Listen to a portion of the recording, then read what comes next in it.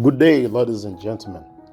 I warmly welcome you once again to this second part of our teaching on financial retirement, pumziko la kifedha. Ni furaha kubwa sana kuwa pamoja nanyi tena katika mwendelezo wa somo letu muhimu sana. In our previous session, we laid a strong foundation by understanding the true meaning of retirement. Tujifunza kwamba retirement is not only merely about reaching a certain age or leaving formal employment. Retirement ni zaidi ya kuacha kazi au kufikia umri fulani. It is about arriving at a stage in life where one's mental strength, physical energy, or productive capacity begins to decline. We also discussed the three major forms of retirement, which are the mental retirement, physical retirement, and financial retirement. Na tuliweka wazi ukweli moja muhimu sana. It is possible for a person to retire mentally and physically, yet remain completely unprepared financially. Na hali hiyo inaweza kuleta ugumu mkubwa sana wa maisha. Today,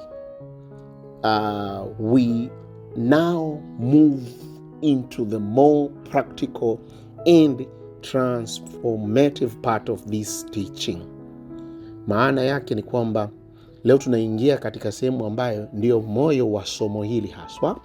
We are going to discuss the 5 pillars of financial rest. 5 pillars of financial rest. Why is this important? Because before anyone can attain financial retirement, they must first attain financial rest. Bila financial rest, financial retirement itabaki kuwa ni ndoto tu. But when the right foundations are built, financial retirement becomes achievable. The question is no longer whether you desire financial freedom. Wengi wetu tunatamani uhuru wa kifedha, financial freedom. But the real question is this: are you intentionally building today the right foundations that will secure your tomorrow? Je, unajenga leo mfumo sahihi utakao kulinda kesho? Karibu sana, and let us begin. The 5 pillars of financial rest. Nguzo 5 muhimu za pumziko la kifedha. The first one is the capacity to produce. Uwezo wa kuzalisha au uwezo wa kuzalisha thamani fulani. So the first foundation ni uwezo wa kuzalisha au kuzalisha thamani fulani hivi. It is very important, dear listeners, to understand God has given everyone something valuable. Kila mtu anacho kitu ndani yake ambacho kina uwezo wa kuzalisha. Ama naweza nikasema ana kitu ndani yake ambacho kina uwezo wa kuzalisha fedha. Haijalishi umesoma au hujasoma, haijalishi una nini, lakini kitu hicho kiko ndani ya mtu ambacho kina uwezo fulani wa kumzalishia kitu fulani. Kwa hiyo unaweza kuwa na knowledge, unaweza kuwa na skills, nafikiri ni ujuzi Kiswahili kizuri, unaweza ukawa na experience, unaweza ukawa na talents, unaweza ukawa na ideas. Swali ni, je, unaweza kubadilisha hicho ulicho nacho kuwa solution? kuwa jawabu la tatizo fulani, it is very important to understand money does not come because you need it. Money comes because you solve a certain problem. Kwa mfano, a teacher uses knowledge to teach and earn. A mechanic uses skills to repair cars. A farmer uses land to produce food. Business person identifies market need and supplies it. So value attracts money. And true wealth is not just money. True wealth is your ability to create value. Sasa ni vizuri katika haya ukajiuliza mambo yafuatayo. What do I know? Number 2, what can I do? Number 3, what problem can I solve? And number 4, who needs my solution? That is the first pillar. On to the pillar number 2, the power to replenish. The power to replenish. Pillar ya pili ni hiyo ambayo tunaita power to replenish, uwezo wa kurejesha kile kilichotumika au kupotea. Kwa maneno rahisi, pesa ikikutoka mkononi leo, je, inaweza kurudi tena? Hiyo ndio maana halisi nyepesi ya neno replenish. So it is very, very important to understand everything in life works in cycle. Kanuni ya kiungu ya mizunguko. Ni vizuri kuelewa ya kwamba dunia hii imeumbwa kufuata kanuni mbalimbali. Na moja kati ya hizo kanuni ni hii ambayo ni kanuni ya kiungu ya mizunguko. Kwa mfano, maji or water follows this very same cycle. Principle ya cycle. So water follows the cycle principle. Seed, mbegu, zinafuata kanuni ya mzunguko. Seasons zinafuata kanuni ya mzunguko. Maana yake ni kwamba maji yanaanza kuwa maji, baadaye yata evaporate, itakuwa mawingu, yakiwa mawingu yatarudi tena kama mvua. It follows the cycle.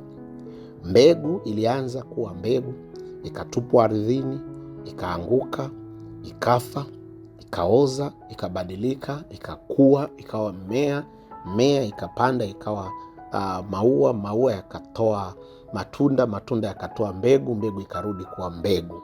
Ni mzunguko. It's a cycle. Season katika maisha, kuna season mbalimbali. Tunafahamu kuna masika, inafuata kiangazi, kipupwe, changanya hizo zote, lakini unaona zinajirudia. Inafuata kanuni iliyowekwa ya kiungu, inaitwa the principle of cycle. Kitu chochote kinachodumu kinafuata kanuni hii. If your finances are also to be sustainable, they must also work in cycles. Money should not only go out for rent, for food, for school fees, for bills, for lifestyle. It must come back and come back stronger. Unaweza kujiuliza hivi, what are the ways to achieve replenishment? Ili kwamba jinsi hivi ambavyo tumeona kwamba basi kumbe kuna sheria ya cycle ya mzunguko. Basi kama pesa yangu inapaswa ifuate sheria hiyo ili niweze kuwa katika level hiyo, then natakiwa nifanyeje? Unaweza ukajiuliza, what are the ways to achieve replenishment? Ziko njia mbalimbali na pengine kuna somo tofauti katika jambo hili, ila kwa uchache na kwa haraka unaweza kufanya mambo haya ili kufanya pesa yako iweze kupata hii formula au kupata hii kanuni ya mzunguko, and hence to achieve replenishment. Namba moja ni the law of savings. Savings create recovery. Namba mbili, the law of investing. Money should grow. Kwa mfano, unaweza ukainvesti katika maeneo mbalimbali, shares, real estate, fixed deposit, bonds, unit trust, etc. Ziko nyingi, lakini kama nilivyosema, kuna somo tofauti katika kipengele hiki. Namba tatu, the law of business systems. The law of business system. Create systems that generate income, never consume everything, always preserve something for regeneration. Number 4, the law of passive income. The law of passive income. Money coming in while you're resting. For example, issues like rental income, dividend income, royalties, interest income na kadhalika. Vitu vya aina hii vinaweza kufanya sasa kwamba ukaweza kufanya business yako au pesa yako ikawa inafuata hii principle kubwa sana ambayo ni the power to replenish. The power to replenish. Pila number 3, the discipline ya fedha au nidhamu ya fedha. Pila ya 3 inaongelea nidhamu. Watu wengi wanajua kutengeneza pesa, na hilo ni jambo nzuri na muhimu sana. Nitarudie. Watu wengi wanajua kutengeneza pesa. Hilo ni jambo zuri na muhimu sana. Lakini kuna ambao wanajua tu kutengeneza pesa wakaishia hapo. Hawajui nidhamu ya pesa. Wealth is not just about earning. It is also about nidhamu. It is also about nidhamu. Na nidhamu ya pesa ina pande mbili. Nitarudia. Nidhamu ya pesa ina pande mbili. Pande wa kwanza inaitwa preserving the money. Preserving the money au kuilinda, kuitunza. Namba pili au upande wa pili ni growing what you earned. Growing what you earned. Na ongea kwa kurudia kwa sababu ya umuhimu wa jambo hili. Kisikia nidhamu ya fedha haiishii tu kwenye sehemu ya kwanza ambayo pengine wengi wanajua ni preserve. But also you need to go to an extra mileage and know how to grow whatever money you earn. Ni muhimu kufahamu pia kwamba kuna watu wanaishia hiyo hatua ya kwanza. Hapana, unapaswa uende mbele. So kwenye upande wa kwanza wa nidhamu ya fedha, which is preserve au protect money, means maamuzi yote unayoyafanya yanayopelekea kuilinda pesa yako. Kuilinda against what? Against maamuzi ya hovyo, yani careless spending, madeni yasiyo ya lazima, and all sorts of poor decisions.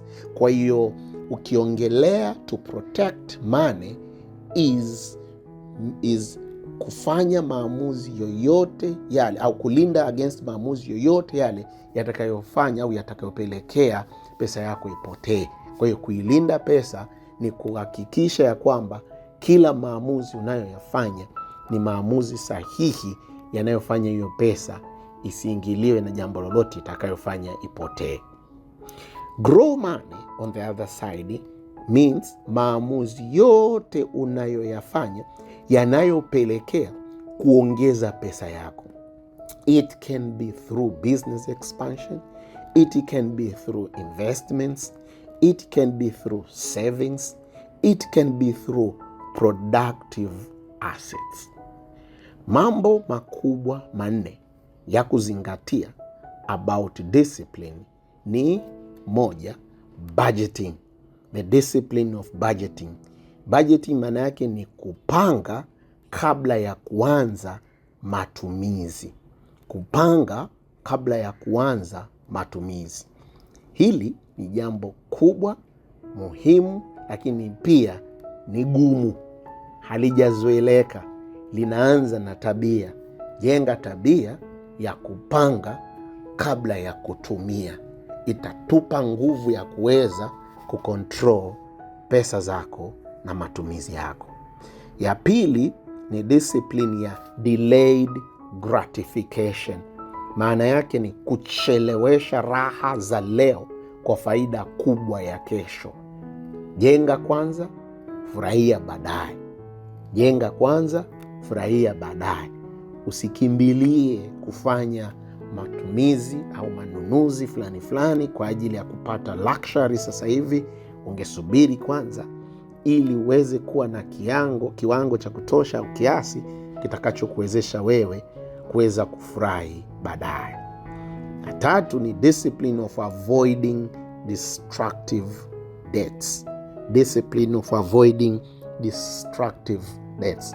Avoid bad debts. Bad debts ni madeni mabaya. Na madeni mabaya ni nini?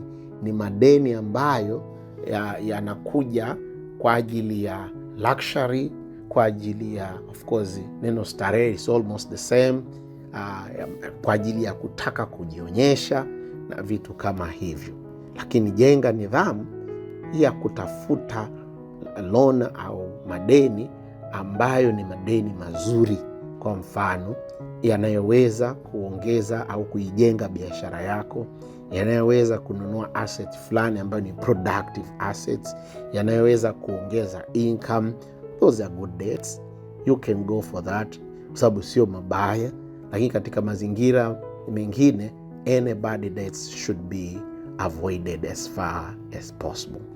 Ya nne ni nidhamu ya, it's a discipline of controlled spending. Discipline of controlled spending. Spend with wisdom. Spend with wisdom. Lifestyle isikue faster kuliko income. Increase savings, increase investments, increase business reinvestments. Mtu anayepata kidogo lakini anasimamia vizuri anaweza kuwa tajiri, na anayepata nyingi lakini anatumia ovyo anaweza kubaki masikini. That is the principle number 3, the pillar number 3, which is the discipline ya fedha, nidhamu ya fedha. Pillar number 4, the ability to live beyond money. The ability to live beyond money. It is indisputable truth that money is important. Ni ukweli usiopingika, pesa ni muhimu, lakini isiwe master wa maisha yako. Iweke pesa mahali pake panapostahili. Maana yake, money should be a tool and not your identity. When the money becomes a master, pesa ikiwa master ya maisha yako, mambo makubwa matatu hutokea, na haya ni muhimu kuyafahamu mapema mno. Jambo la kwanza, fear increases. Hofu huongezeka. Unaishi kwa hofu ya kupoteza. Siku zote tu utakuwa unaogopa. Kwa mfano, unaanza kuogopa losing your job. Unaweza kuogopa losing your client. Unaanza kuogopa business failure. Unaanza kuogopa market downtown na mambo mengine mengi sana. Hayo yote yanaitwa an increase in fear. Ni jambo baya sana likikupata, na unapaswa kulikontrol mapema kabla halijaja. Number two, when money becomes a master of your life, anxiety increases. Money obsession creates stress and emotional pressure. When money becomes the center of your life, anxiety begins to grow. Anxiety means living in a constant state of worry, tension, and mental unrest. Unaishi na pressure ya ndani ambayo haikuachi upumzike. You may have money in your account. You may have a business, investment, or asset, yet internally you are not at peace. Why? Because your mind becomes constantly occupied with financial concerns. Unaanza kufikiria kila wakati. What if business sales drop? What if the market clashes? What if I lose major clients? What if I fail to pay my loans? What if my competitors overtake me? These thoughts, haya mawazo, begins to dominate your mind, and this is extremely dangerous. Why? Because slowly money stops being a tool and starts becoming a source of pressure.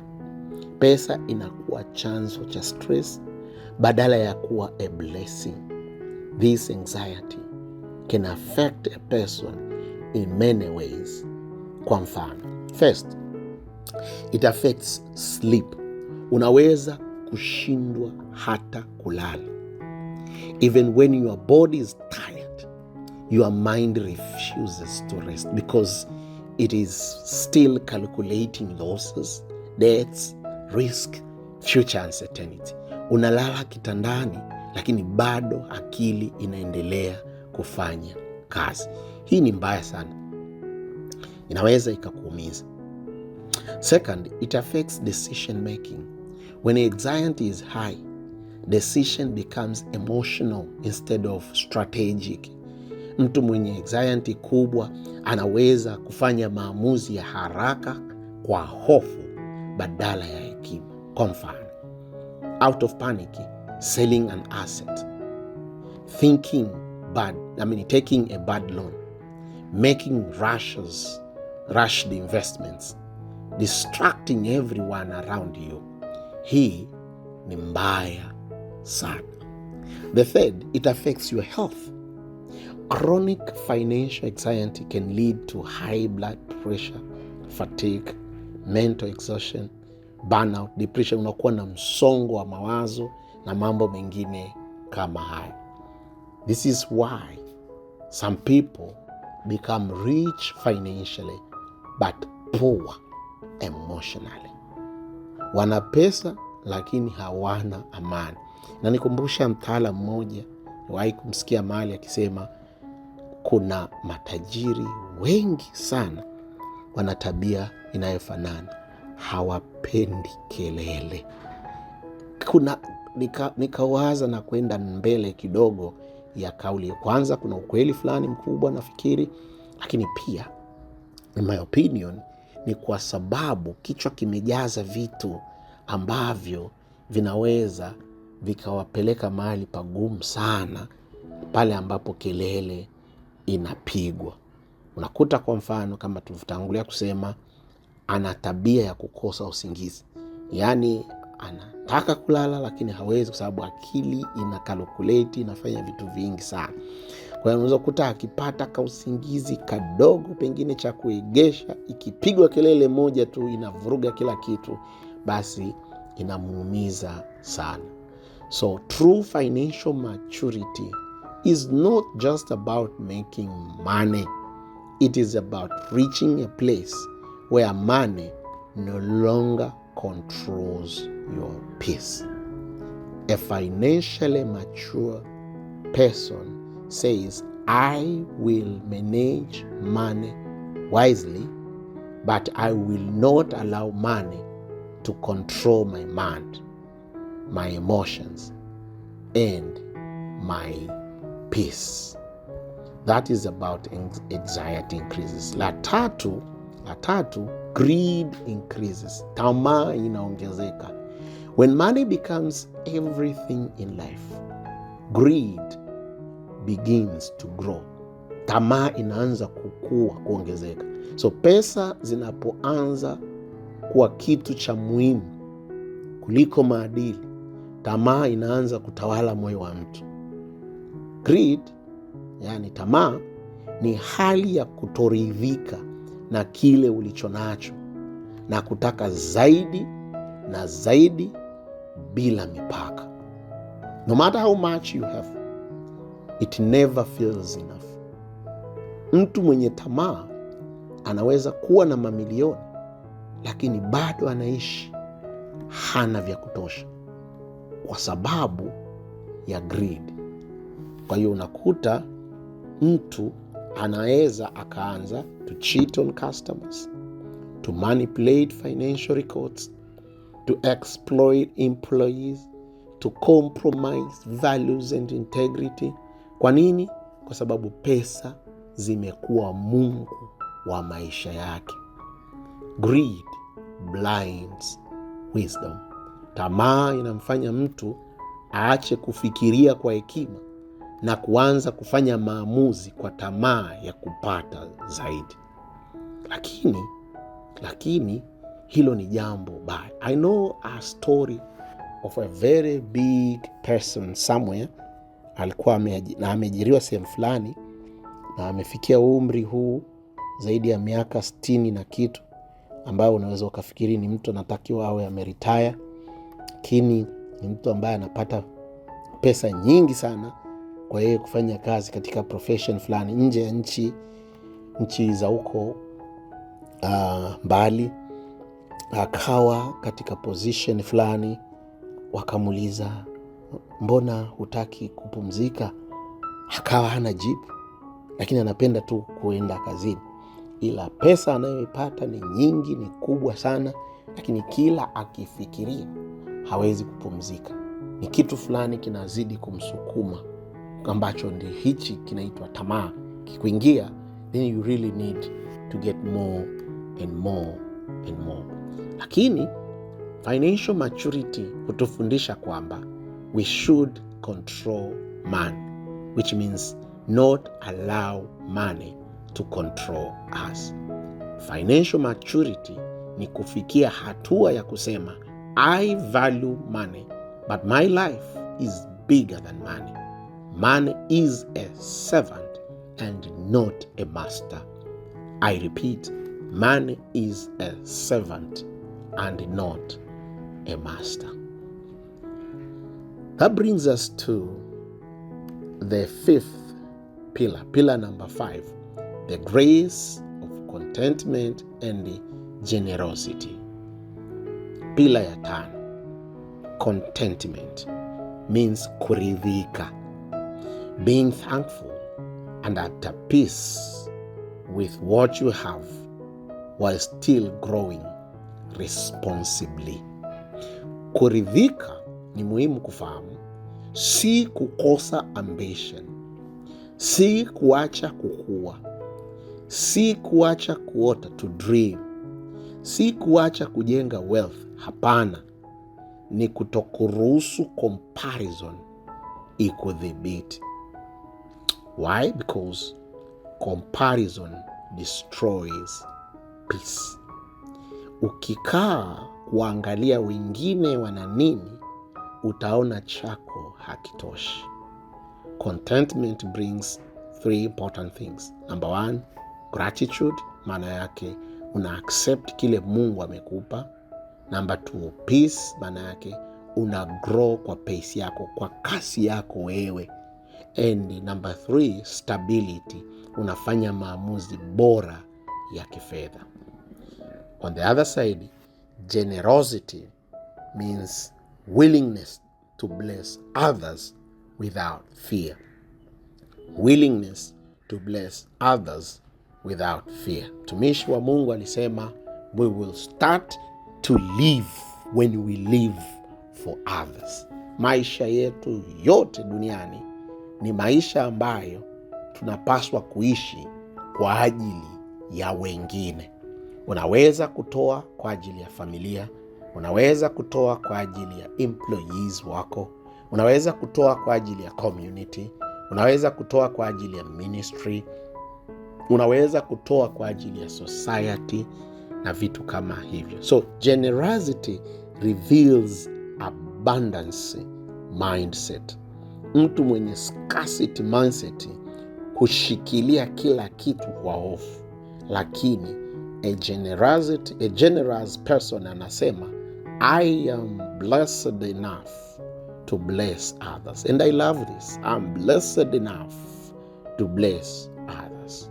Katika maisha, karibu kila mtu atafikia hatua ya kupitia mental retirement, physical retirement. Lakini jambo la kusikitisha ni pale mtu anapofikia hatua hizi mbili bila kufikia financial retirement. Fikiria hali hii, akili yako inapungua, yani you are reaching the mental retirement, alafu mwili wako unapungua, yani physical retirement, lakini bado unapambana kila siku kutafuta mahitaji ya msingi. Think. Hilo ni jambo gumu sana. Ndio maana wakati akili yako bado ina nguvu, when you still have a sharp mind, mwili wako bado una nguvu, a healthy physical body, una afya, when you still have opportunities, una fursa za kutosha na una uwezo wa kufanya maamuzi sahihi, basi ni muhimu kufanya kazi kwa makusudi, with a purpose, kuelekea financial rest, pumziko la kifedha. Kwa nini? Kwa sababu ukishafikia financial rest, then kufikia financial retirement inakuwa ni achievable and something which is very possible. Wakati bora wa kujiandaa kwa retirement ni sasa. Wataalamu walisema hekima moja muda mrefu sana, na wala usijisikie vibaya kama unahisi umri umekwenda. The best time to plant a tree was 20 years ago. The next best time is now. Kwa hiyo, jiandae leo ili kesho uweze kufurahia financial retirement ya kweli na pumziko la kifedha.